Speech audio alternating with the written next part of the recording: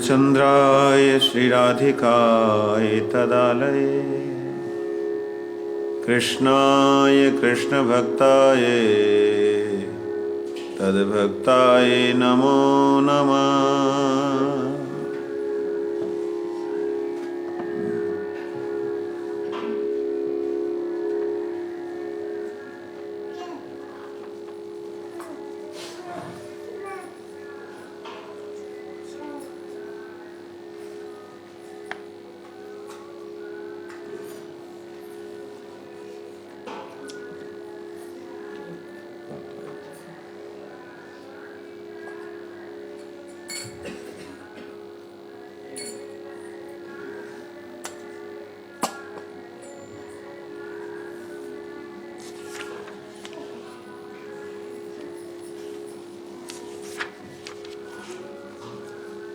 हम लोग सुबह श्रवण कर रहे थे हरि जो नाम है ये हरि का ही संबोधन है, लेकिन हरि किसके द्वारा हरण करते हैं? उस हरण करने वाली क्रिया को या हरण करने वाली जो शक्ति है वो एक शक्ति है। हरण करना, किसी को आकर्षण करना एक शक्ति है।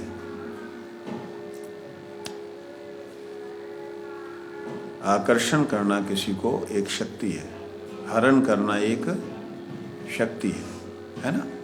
समझ में आ रहा है?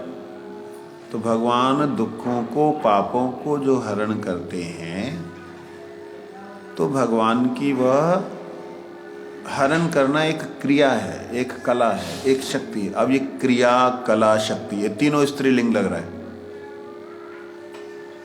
जब मैं बोलूँगा गुण तो ये स्त्रीलिंग समझ आ रही? हम सवेरे चर्चा कर रहे थे, हमारे दिमाग में स्त्री और पुरुष ये दो चीज़ें घुसी हुई है, नर और मादा, जिसके कारण से हमें कुछ भी समझ नहीं आता। महाराज जी की कृपा, क्या महाराज जी की कोई पत्नी है? महाराज जी की करुणा, क्या महाराज जी की कोई वो है, कोई स्त्री है?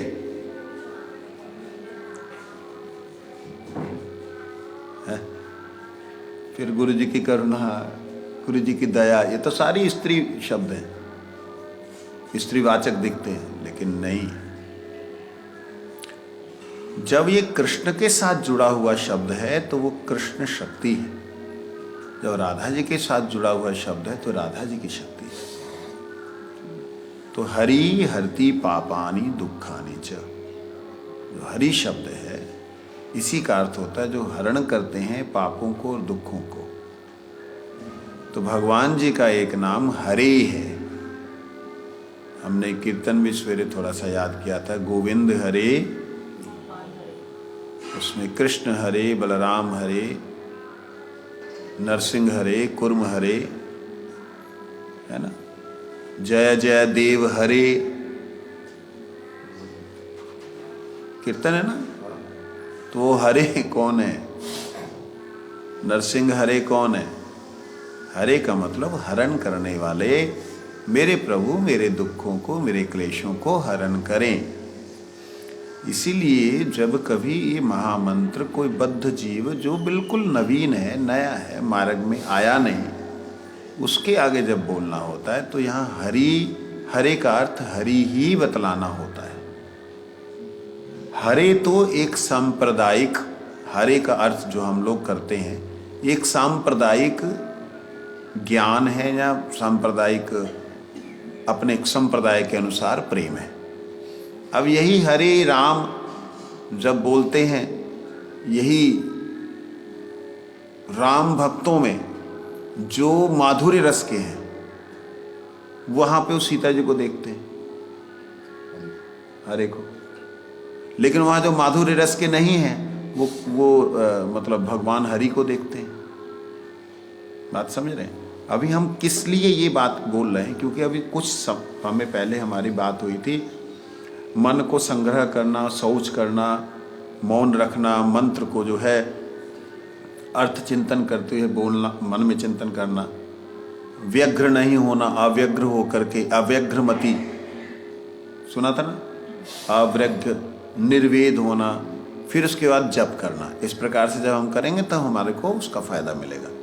अभी है जप जो करना है उसका चिंतन कैसे करना है, महामंत्र जो हम करेंगे उसका चिंतन, उस चिंतन को गोपाल गुरु ने किस प्रकार से वर्णन किया, ये हम लोग अभी चिंतन कर रहे हैं। ठीक है, एक इससे पहले आया था,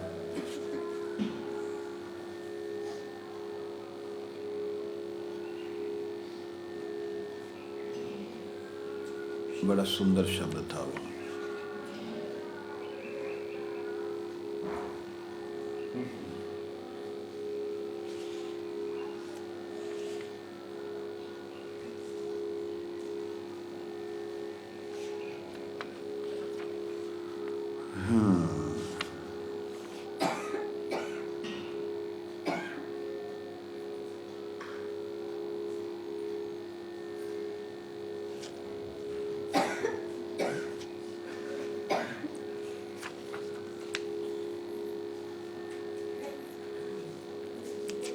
एक मति का नाम आया था ना, निर्बंधनी मति,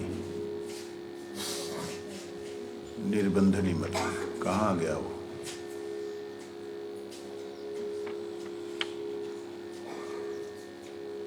हाँ, सद्धर्मस्य अवबोधाय येषाम, जिसको अपना सत नित्य धर्म का अवबोध हो गया है, पूरी तरह से शुरुआत और अंत तक का बोध हो गया है, ये शाम जिनका निर्बंधनी मति, उनकी निर्बंधनी मति है, उसकी मति जो है बंधनों से रहित होती है? तो बंधन रहित मति वो जल्दी से अपने सर्वार्थ जो उसको चाहिए वो हरि नाम से प्राप्त कर लेता है। सर्वार्थ अचिरात एव, अचिरात ना चिर लगता है, एव मतलब निश्चय ही, वो सर्वार्थ सिद्ध येषाम, सिद्धि प्राप्त करता है, येषाम अभिप्सिता, अभिप्सिता जो अभिलषित होता है, जो प्राप्त करना चाहता है उसको बराबर से मिल जाता है। हम सबको क्या चाहिए? मेरा ख्याल हमारे में से कोई भी सिंगल आदमी ऐसा नहीं है जो ये चाहता हो कि भगवान हमें और भोग दे,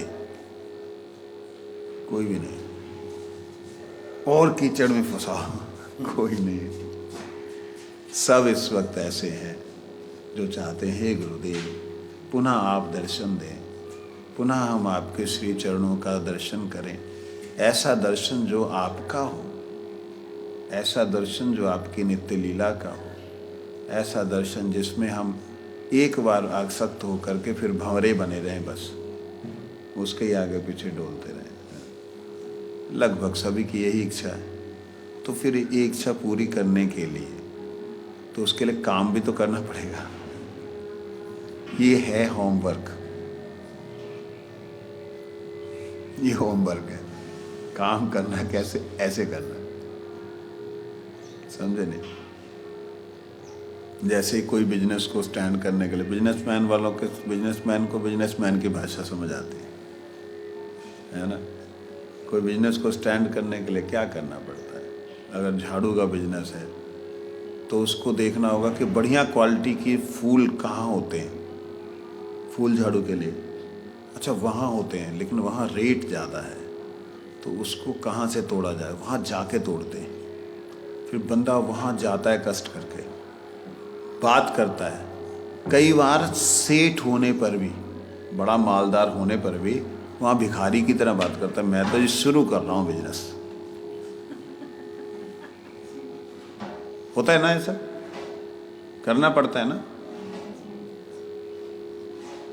कि भाई बहुत बड़ा बिजनेस है, साड़ियों का बहुत बड़ा बिजनेस है, सूटों का नाम है, लेकिन कई बार वो उससे बहुत बड़े, मतलब जो कंपनी है उसके पास में बिल्कुल वो निमानी होके बात करता है। क्यों? क्योंकि अपने लक्ष्य को उसने प्राप्त करना है, उस बिजनेस की ग्रोथ करनी है, उस बिजनेस को एक ऐसे पॉइंट पे ले जाना है जहाँ पर लोग उसको माने, उसको पूजे, उसको समझे, उससे ले। नहीं तो उसके बगल वाला जो है वो उससे आगे निकल जाएगा। तो दूसरा ना कॉम्पिटिटर आ जाए उसके लिए वो सामने वाले के हाथ भी जोड़ेगा, सामने वाले से निवेदन भी करेगा, सब कुछ करेगा बिजनेस को बढ़ाने के लिए, लक्ष्य को पाने के लिए, सब कुछ। औरतें क्या करती हैं? जो चीज़ बढ़िया बनती है, जो चीज़ अच्छी लगती है, उस दिन वही बनाएंगे जिस दिन अपना काम उन्होंने करवाना है, जो पति को पसंद है। बाकी दिन भले ही वही बनाए जो खुद को पसंद है। ऐसे हर व्यक्ति जिसने अपने स्वार्थ, अंडरलाइन यहां शब्द प्रयोग हुआ स्वार्थ, जिस स्वार्थ को हम लोग कहते नहीं, ये नहीं होना चाहिए, स्वार्थ छोड़ो, स्वार्थ निस्वार्थ होके करो। यहां बोलते स्वार्थ सिद्धेत, स्वार्थ प्राप्ति करने के लिए व्यक्ति को अचिरेत, जो समय नहीं लगेगा, बहुत जल्दी हो जाएगा, बस निर्बंधनी मति होनी चाहिए। निर्बंधनी मति का ही तो सारा खेल है। আমি আলাদা করে বলতে পারবো না, কেন লাইভ চলছে না। আর তারপরে আপনারা যতটুকু বুঝতে পারেন এটা আপনার भाग्य। अब मैं अलग अलग से इंग्लिश में, बांग्ला में, हिंदी में बोल नहीं सकता, समय कम होता है, उसका कारण है। गुरु महाराज जी दया करके बोलते थे, समय कम होने पे भी बोलते थे। कितनी दूर से आदमी आया है तो उसको मेरे को याद है, আমার মনে আছে। अब तुम लोग समझो। আমার মনে আছে আমি जो আহাম গুরু মহারাজের সঙ্গে আখামিয়া গেছি, সেখানে গুরু মহারাজ মানে আখামিয়া প্রায় ভুলেই গেছে।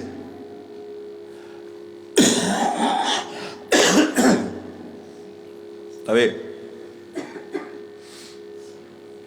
আমি আর একজন আর বৃদ্ধ লোক, যে হিন্দি ভাষী লোক, আমরা দুইজন মাত্র। গুরু মা সবাইকে বলছে, দেখো আপনারা তো সবাই তো বাংলা বুঝেন, আর আমার হিন্দিটা বাংলারই মতো, আমার হিন্দিটা বাংলারই মতো। এরা এত দূরে থেকে আসছে কষ্ট করে, তাদের জন্য একটু আমি হিন্দি বলে দিই। আর সামে গুরুমা হিন্দি বলতেন আমাদের উদ্ধারের জন্য। ওই কথাটা মনে পড়ে গেল হঠাৎ। তো আমরা যে এখানে চিন্তা করছি, এখানে একটা কথা আসছে নির্বন্ধনী মতি, যে আমাদের মতিটা থাকে সেই নির্বন্ধনী হওয়া চাই। নির্বন্ধনী মানে কোনো বন্ধন থাকা চাই না। বন্ধন বলতে গেলে এই দেহের বন্ধন সব থেকে জবর বন্ধন। এই দেহের বন্ধনটা তুমি বুঝতে পারো বাংলা? হ্যাঁ, দেহের বন্ধনটা সব থেকে বড় জবর বন্ধন। এই জবর বন্ধন আর দেহে থেকে যা হয়েছে তারা, আর যদি ওদের মধ্যে যদি মতি থাকে তাহলে আরও ভয়ঙ্কর বন্ধন। সব থেকে বড় বন্ধন তো এই দেহ, তার থেকে আর ওই দেহটা অন্য লোকের। যখন আগুন লাগে কি হয়, আগে লোকের নিজেই ভাগে, নিজে পালায়, হয় না? আগুন লাগলে এইদিকে সেদিকে দেখে না, আগুন লাগলে আয় নিজে পালায়। তারপরে দেখে মা আমার ছেলে আমার মেয়ে কোথায়, আরে এতে, তখন ওই তাদেরকে বাঁচানোর চেষ্টা করে, আগুনে আবার ঝাঁপ দিয়ে পড়ে মরে যায় না। ঠিক কথা? তো সব থেকে প্রিয় কি এই দেহটা। এই দেহেতে যে বন্ধিত মতি আছে আমাদের, মতি বলে মন নয়, মতিটা, বুদ্ধিটা যে আসক্ত রয়েছে, সেই মতিটা যখন পর্যন্ত নির্বন্ধ হবে না, অর্থাৎ এই শরীরের লালসা, শরীরের থেকে লালসা, শরীরের সুখ, শরীরের থেকে সুখের যে আমাদের আশা রয়েছে, যদি সেই আশাটা আমরা না ছাড়ি, না ছেড়ে যদি আমরা ভগবানের নাম করি, তখন আমাদের সেই প্রাপ্তি হবে না। কি প্রাপ্তি হবে না? গুরুদেবের সাক্ষাৎ দর্শন হবে না, ভগবানের লীলার কোনো একটা অংশ আমরা দেখতে পাইব না। বুঝতে পারছো? এখন শেষ। আমার गुरुजी की बात मन में आ गई ना, तो मैंने कहा भाई थोड़ा तो बोलना। मैं ये कहने वाला था, मजबूरी है। Are you understand? ये बात में हैव यू ट्रांसलेटेड? हाँ, you are understanding what you are thinking. You are sometimes this is very big problem. It's okay. Here निर्बंधनी मति के बारे में बता दिया था ना, ठीक है, चलो. So she is translating already. How much she will understand, she will translate, and I know she can understand maximum. So now, तो यहाँ बोलते हैं सर्वार्थ, जो चाहिए वो स्व का अर्थ, अपनी जरूरत एक, और सर्वार्थ का मतलब होता है सब कुछ। अच्छा, सब कुछ कोई प्राप्त कर सकता है? मेरे को बताओ, आपको इस जगह पे 1 रुपया दिया जाए, यहाँ पे दूसरा रुपया हो, यहाँ तीसरा रुपया हो, यहाँ सोना हो, यहाँ चांदी हो, यहाँ पे हीरे हो, यहाँ जवाहरात हो, आप सब कुछ पकड़ लोगे? संभव है?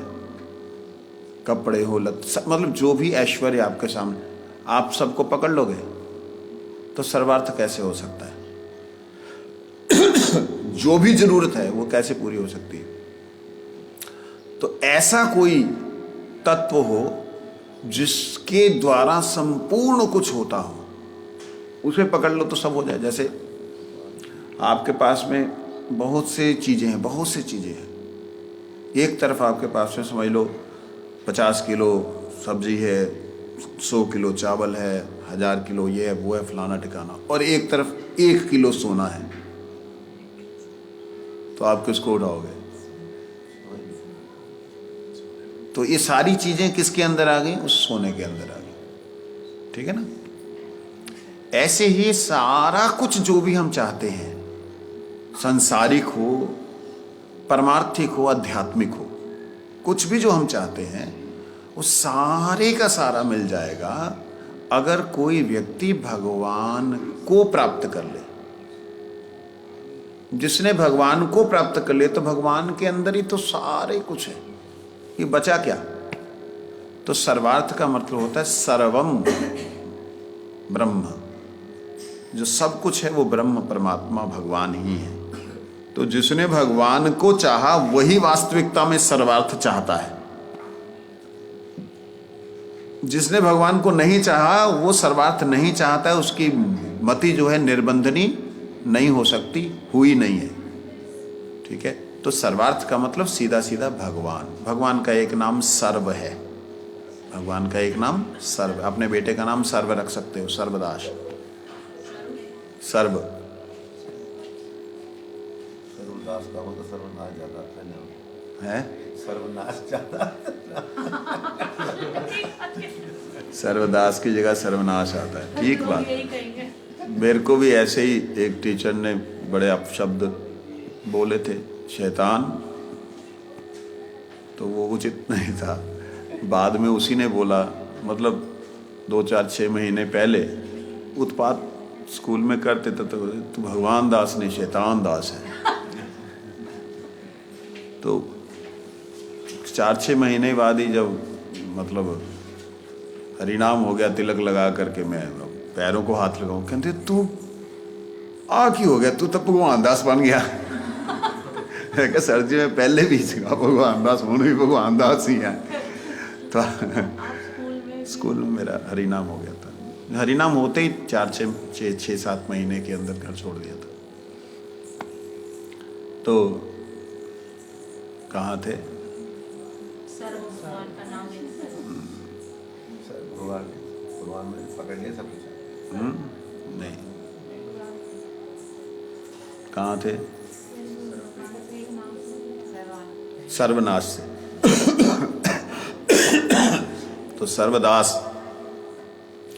बोला नहीं जाएगा क्योंकि उसका लोग अपभ्रंश बना देंगे। तो भगवान का जो नाम है एक सर्व, उसका मतलब ही यह है कि जो सब कुछ जिनसे है, जिनमें है, जिनके द्वारा है, जिनकी सत्ता के बिना कुछ भी नहीं है, वो है सर्व। तो सर्वार्थ का मतलब होता है उस सर्व को चाहना। अर्थ मतलब जरूरत, अर्थ का मतलब, तो भगवान की जरूरत जिसे है सिद्धियेत, डेफिनेटली उसको प्राप्ति हो जाएगी, उनसे मिल जाएगा अगर वो निर्बंधनी मति होगा। तो निर्बंधनी मति होकर के हरिनाम करना है। कैसे, कौन सी माला पे करना है, फिर हमने वो सुना था कि वो माला ऐसी होनी चाहिए, ठीक है। उसके बाद में अब गोपाल गुरुजी उसका जो अर्थ कर रहे हैं, उससे पहले आया कि मन को संग्रह करो। कैसे मति आपकी निर्बंधनी होगी? मन संग्रह करो। मन संग्रह मतलब मन फैला हुआ है 10 दिशाओं में, इसमें उसमें इसमें उसमें फैला हुआ। संग्रह करो। कैसे संग्रह करोगे? जो कामों में फैला है उस कामों को छोड़ दो। ऐसे कैसे छोड़ दें? अरे कुछ समय के लिए तो छोड़ो। रविवार के दिन छुट्टी लेते हो, रविवार के दिन ही छोड़ दो, छोड़ दो बिल्कुल उन कामों को जो हर शनिवार तक डेली करते रहते हो।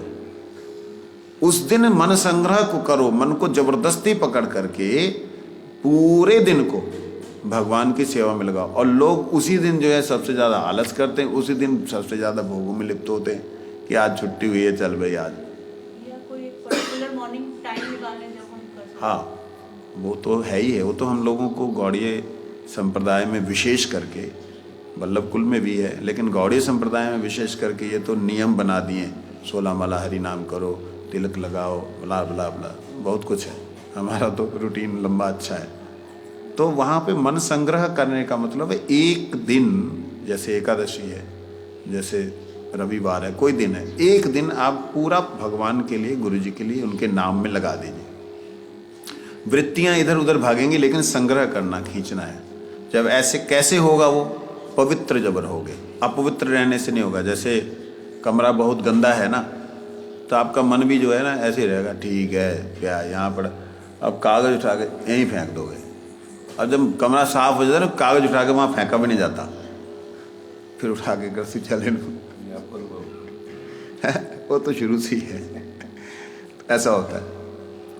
तो जब सफाई होगी तो सफाई रखने की इच्छा होगी।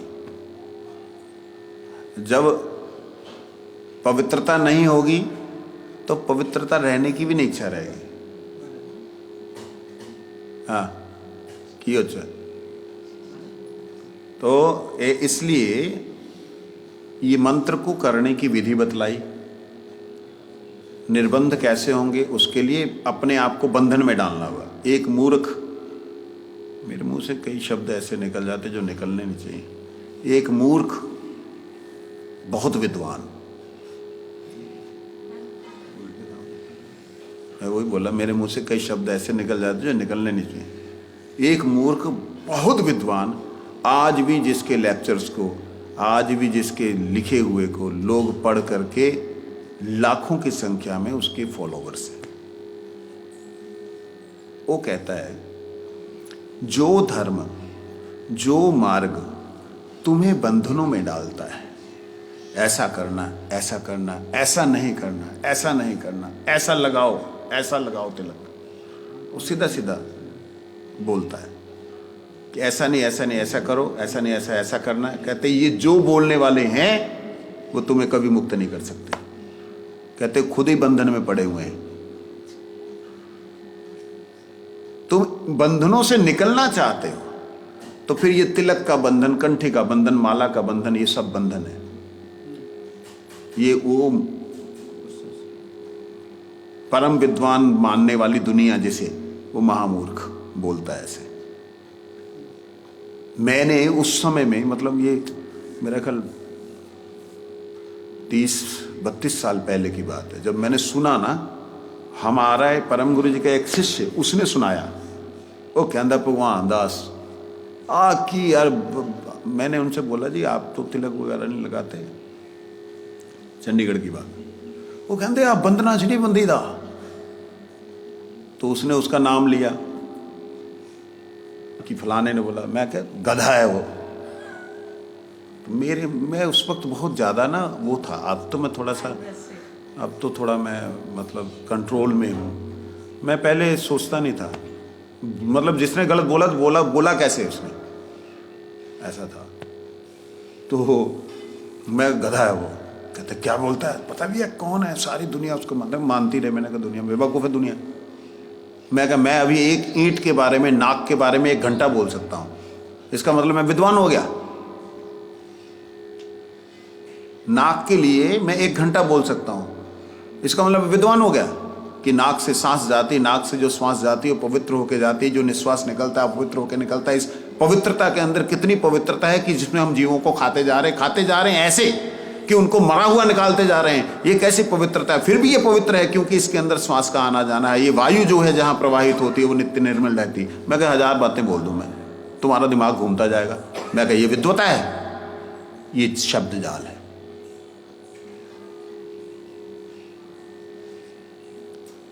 तो उसने कहता ले यार उसकी बात में दम है। उसने बोला उसकी बात में दम है कि प्याज नहीं खाना, लहसुन नहीं खाना। अरे बंदा स्वतंत्र है, आजाद है, ये कपड़ा पहनो, ऐसा कपड़ा पहनो, अरे नंगे रहो। समझ गए उसके बारे में बोल रहा हूं, कैसे भी रहो, मुक्त हो, कोई बंधन नहीं होना चाहिए। तब मैंने उसको बोला, उस समय बचपन में बोल दिया था, मैंने कहा सुनो, जो ऐसे बोल रहा है वो सबसे बड़ा बंधन में डाल रहा है। कहते क्या? मैं कहा सबसे बड़ा बंधन यही है कि तुम अपने आप को मुक्त समझ रहे हो। सबसे बड़ा बंधन यह है कि तुम अपने आप को मुक्त समझ रहे हो और उन विचारों में बंध रहे हो जिन विचारों में बंधने से तुम्हारी आत्मा अनंत काल से संसार सागर में पड़ी हुई है।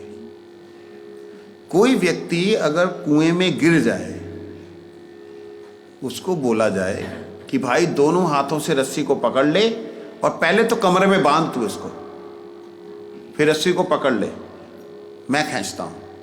अब वो रस्सी को बांधना क्या बंधन है?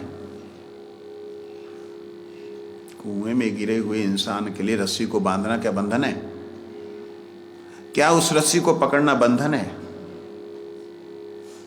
इस संसार रूपी सागर में असत के प्रति, अंडरलाइन, असत के प्रति आसक्त होने के कारण संसार में जीव फंसा हुआ। तो सत की रस्सी, सत का ज्ञान, नित्य तत्व, नित्य वस्तु का ज्ञान बंधन में डालना, उसको अपने आप में बांधना है, तिलकों को धारण करना, ये उसी रस्सी का, उसी कृपा रज्जु की डोर है, उसको बांधना क्या बंधन है?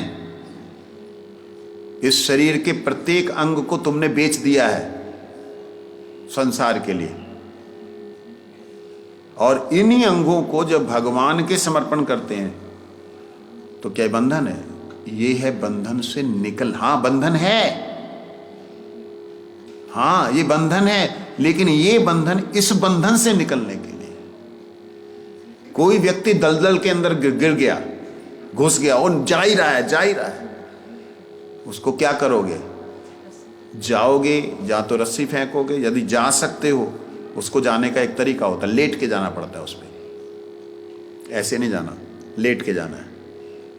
तो लेट के जाओगे, नौका को लेके जाओगे और उसको तुम क्या करो? बांधोगे।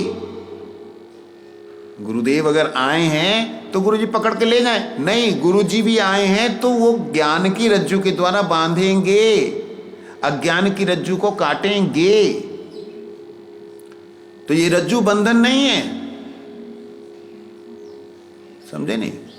तो इसलिए निर्वेदो लिखा है, अव्यघ्रत्वम निर्वेदो। निर्वेद का मतलब है इस संसार के बंधनों से अपने आप को अज्ञानी बना लेना। निर्वेद किसी भी तरह का इस संसार का जो हमारा अभिज्ञता है, ज्ञान है, उसको ना रखना। क्या ज्ञान, क्या अभिज्ञता?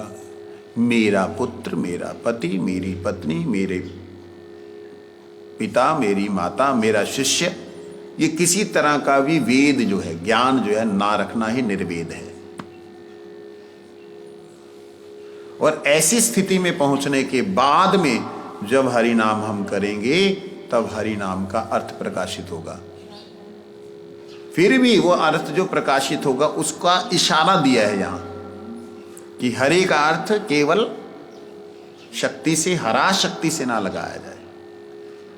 हरि शब्द जो है उसी को हरे नाम से उच्चारण किया गया है। ठीक है। तो गोपाल गुरु जी कहते हैं ये है तत्कार्यम हरिरिति स्मृतः हरत्य अविद्याम। जो अविद्या को हरण करने वाले हैं, तत्कार्यम अविद्या को हरण करने वाला जो कार्य करते हैं उनको हरीर इति स्मृता, उनको हरि समझिए। हरीरा, हरीर इति, हरीरिति स्मृता, उनको जानिए वो हरि हैं, वही हरे हैं।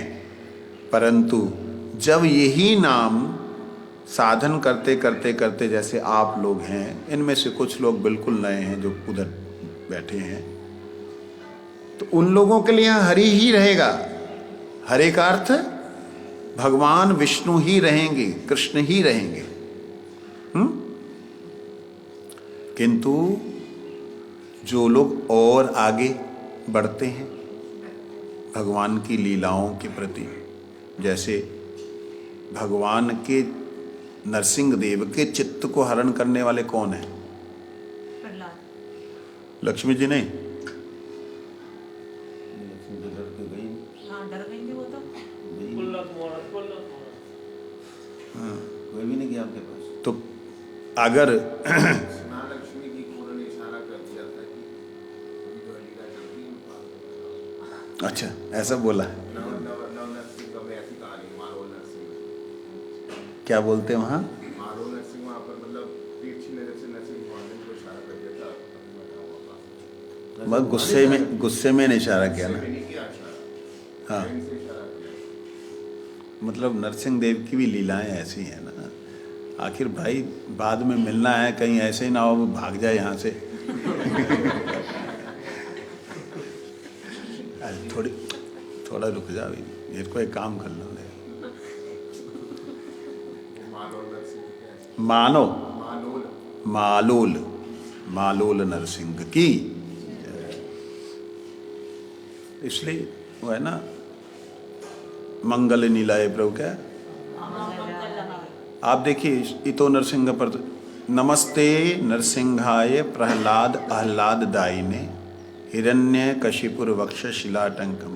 आगे बागीशा यस्य वदने लक्ष्मीर यस्य च वक्षसि। बागीशा का मतलब क्या होता है?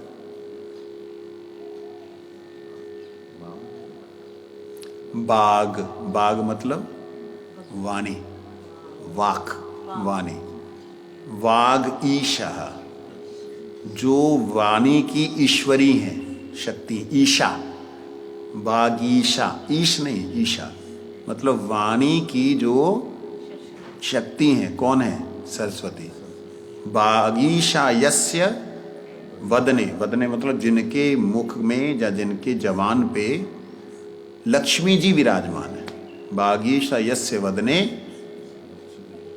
सरस्वती जी विराजमान है। जिनके जिह्वा पे या जिनके मुख पे, मुखमंडल पे जिनके सरस्वती जी विराजमान। लक्ष्मी यस्य च वक्षसि, और च मतलब और, लक्ष्मी जिनके वक्ष में विराजमान है। यशस्ते हृदय संवित्तम नृसिंह महम भजे। प्रहलाद जी ने बोला मां के साथ में आप विराजमान रहें, तब भगवान वहां लक्ष्मी जी के साथ विराजमान सेवा की। जो भी है वहां पे अगर हरे शब्द का प्रयोग होगा, वहां प्रहलाद जी के लिए भी हरे शब्द प्रयोग हो सकता है, लक्ष्मी जी के लिए भी हरे शब्द प्रयोग हो सकता है, प्रहलाद के लिए भी प्रयोग हो सकता है हरे।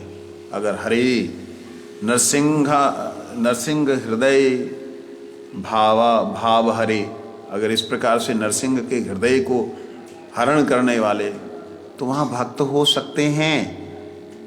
समझ लगी बात?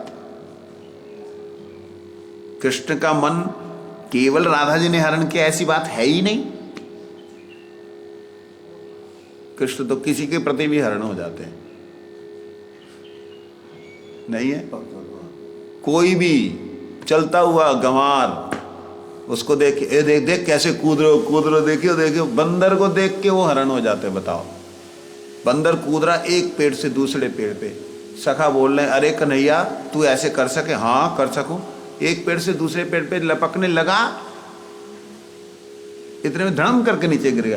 कहते अरे, तो कहने का मतलब भगवान कृष्ण तो किसी के प्रति भी अपने हृदय को लुटा देते हैं, केवल समर्पण होना चाहिए।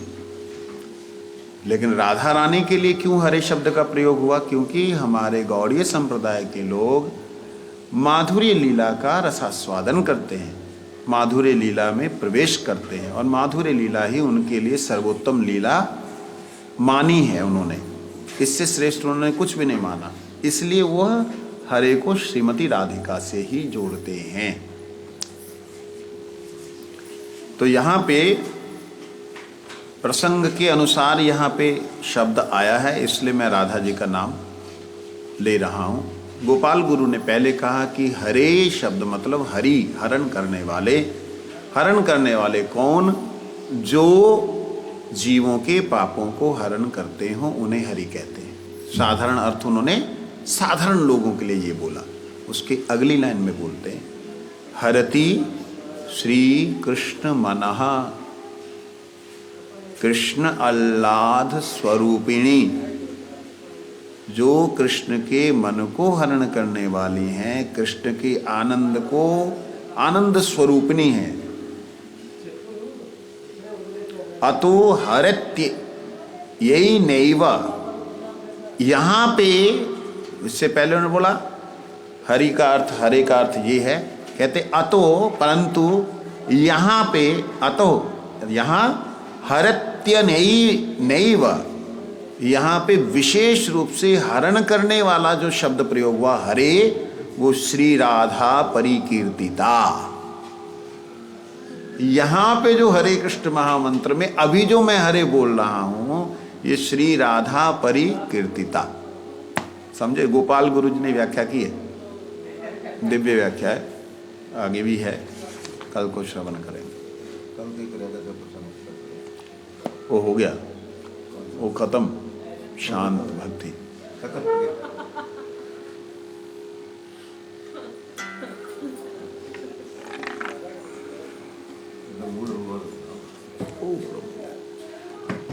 आ जाए नहीं आए ना से सामने इस पर तो ग्रंथ पढ़े नहीं जाते। अक्सर ये होता है कि इधर उधर की बातें ज़्यादा हो जाती हैं। मैं थोड़ा सा अपने आप को कंट्रोल कर रहा हूँ, इधर उधर की बातें कम करके ग्रंथ की बात को ही मैं टू द पॉइंट लेता हूँ। आपने देखा होगा बहुत दिनों से सिर्फ ग्रंथ आज ही लिया, उस बंधन और निर्बंधनी के चक्कर में।